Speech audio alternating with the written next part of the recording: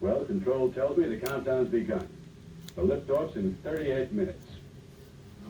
All three stages are fuel. Computer readings are constant at D411. How do you read, Roden? All systems are go. 7. Then I'll say good luck. 5, 4, 3, 2, 1, 0.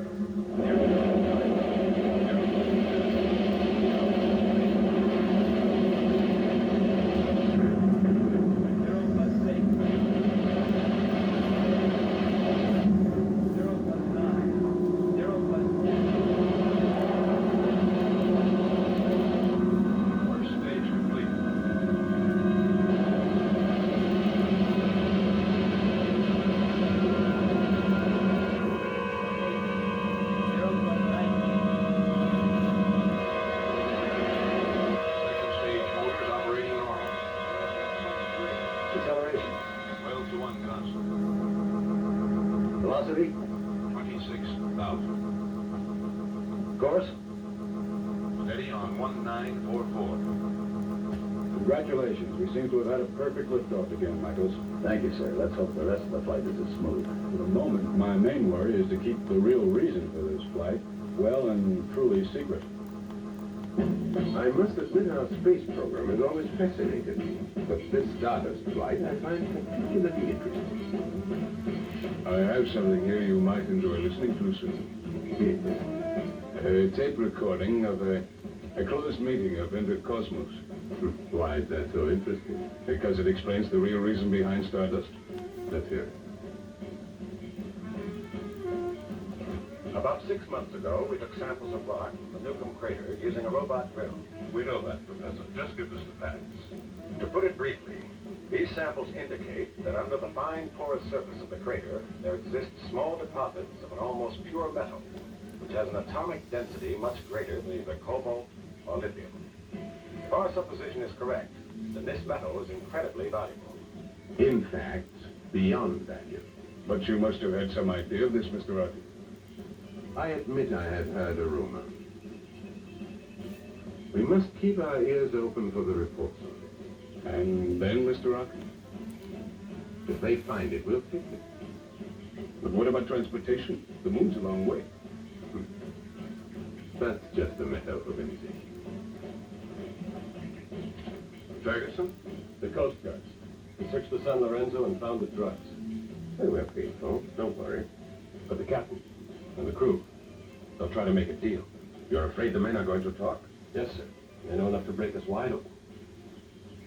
You'd better inform Sector 9, an explosion in the engine room. None of the hands are to reach before. Right, sir. It is done, sir. Good girl. Nicely manicured.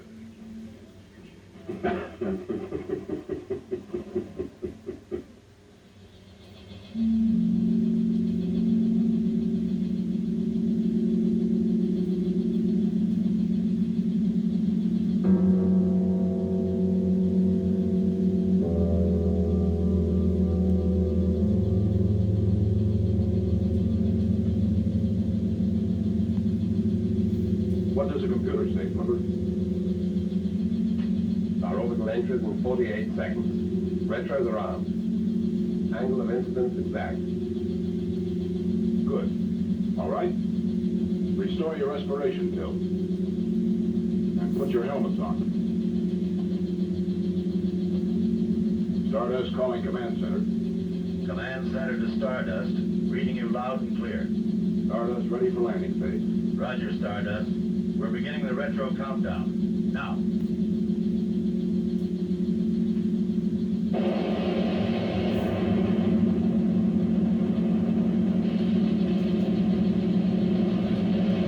Completion of first retro phase. How'd it feel? No worse than a fist in the stomach. The remote system has you riding an elliptical pole-to-pole orbit. Exact. We're over the top pole.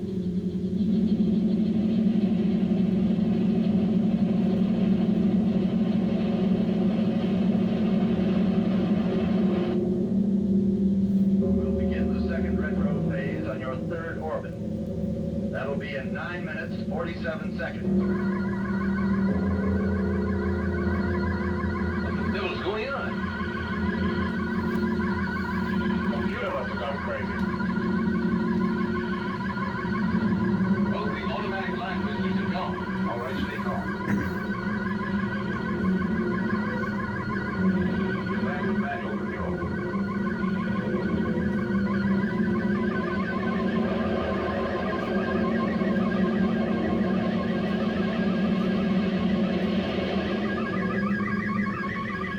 Mike, try putting in a gyroscopic stabilizer. Hey, baby, fair deal, huh? I can go buy that return ticket for nothing.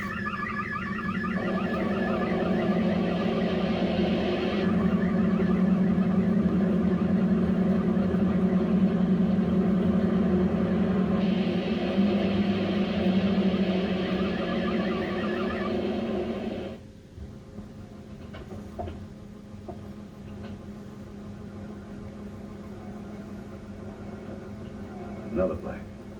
I've tried all the transmitters. Can we get a bearing in their position? No, not till we hear from them. They have a radio in the exploration vehicle, haven't they? Yes, if there's anyone left alive, that's to work the thing.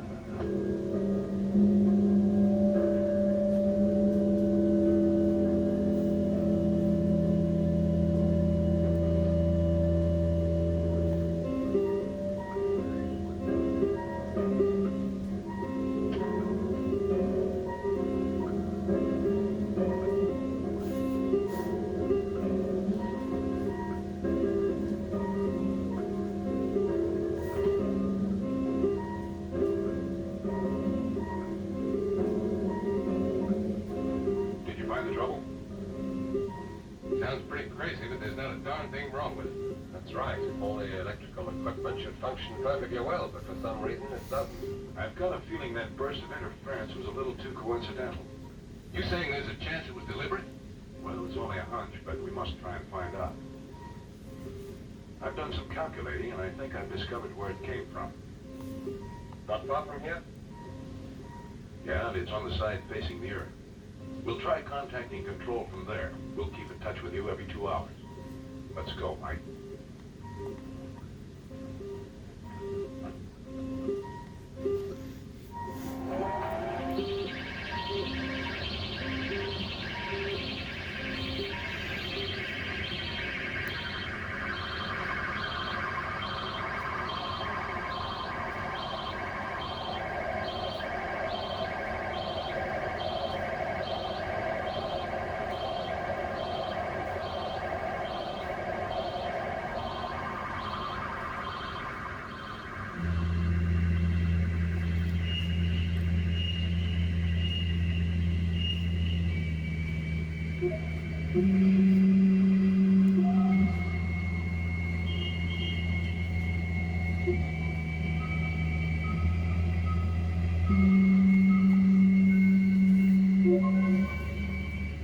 Perry, this old Mother Earth, I wish I was in their lap right now.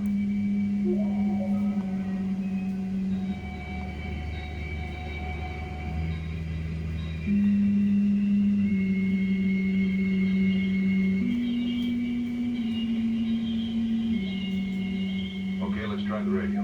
Put up a parabolic antenna.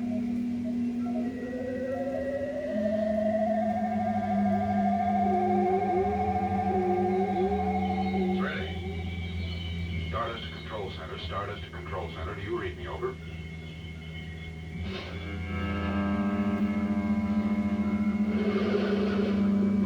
Look, Perry. You all right? Yeah, I'm okay. What was it? I don't know, but the radio's gone. Perry, I begin to feel unwanted, you know that? But it seems impossible there could be anyone here. Want some more good news? The motor? Wiped out. Let's get out of here.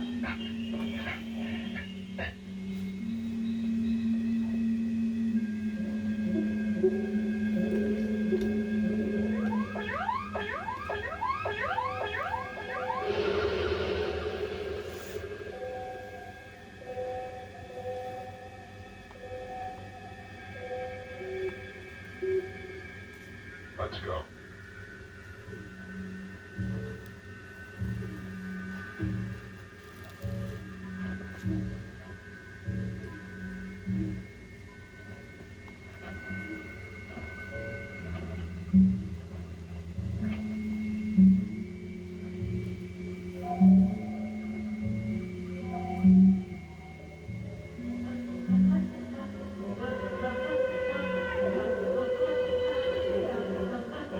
Look over there.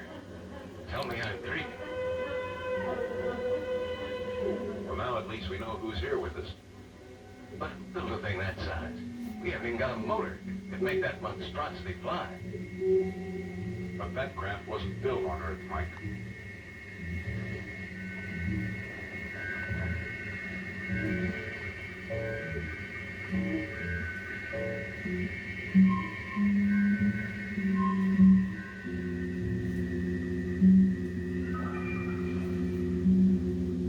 Pretty eerie, isn't it?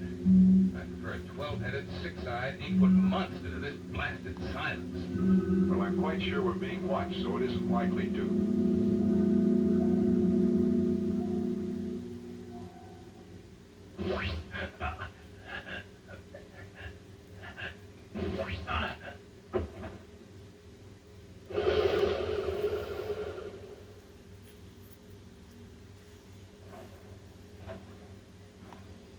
What's the matter? You lost your mind? No, I just... Follow me.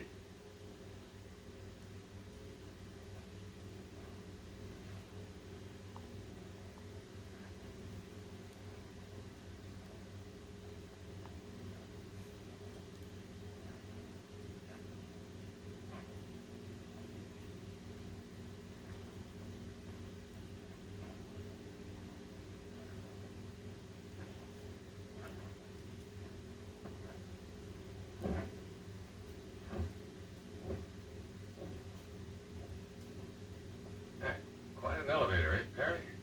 And up we go to paradise or possibly hell.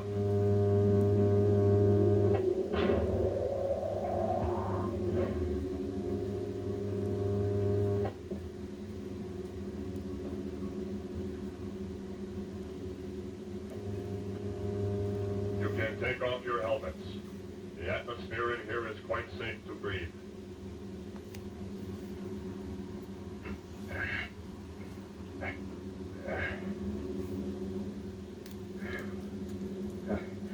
Well, it's certainly better than inside this goldfish bowl.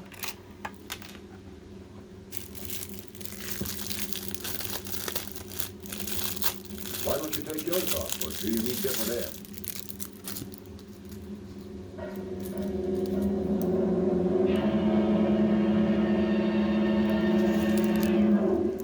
Our friend's only a robot. Exactly. Please come in. There's no need to be afraid.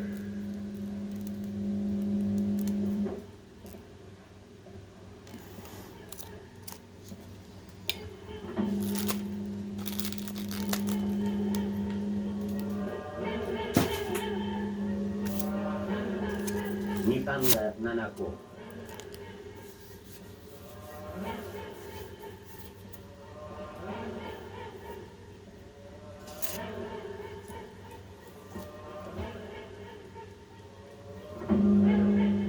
Well, now, I suppose you two will unscrew your heads and go hide in the closet. I can understand your resentment, but we always use robots when we first come in contact with other races, since we cannot presume what their reactions will be. Yours was an aggressive attitude, typical of primitive races. Primitive? Us? But you're the one that committed the act of aggression, remember? We simply took over the control of your space vehicle. You are not in any danger. We only took a few defensive measures, Major Roden. How do you know my name? We intercepted your radio messages. It is necessary to be cautious when you find yourself as we do in a strange solar system.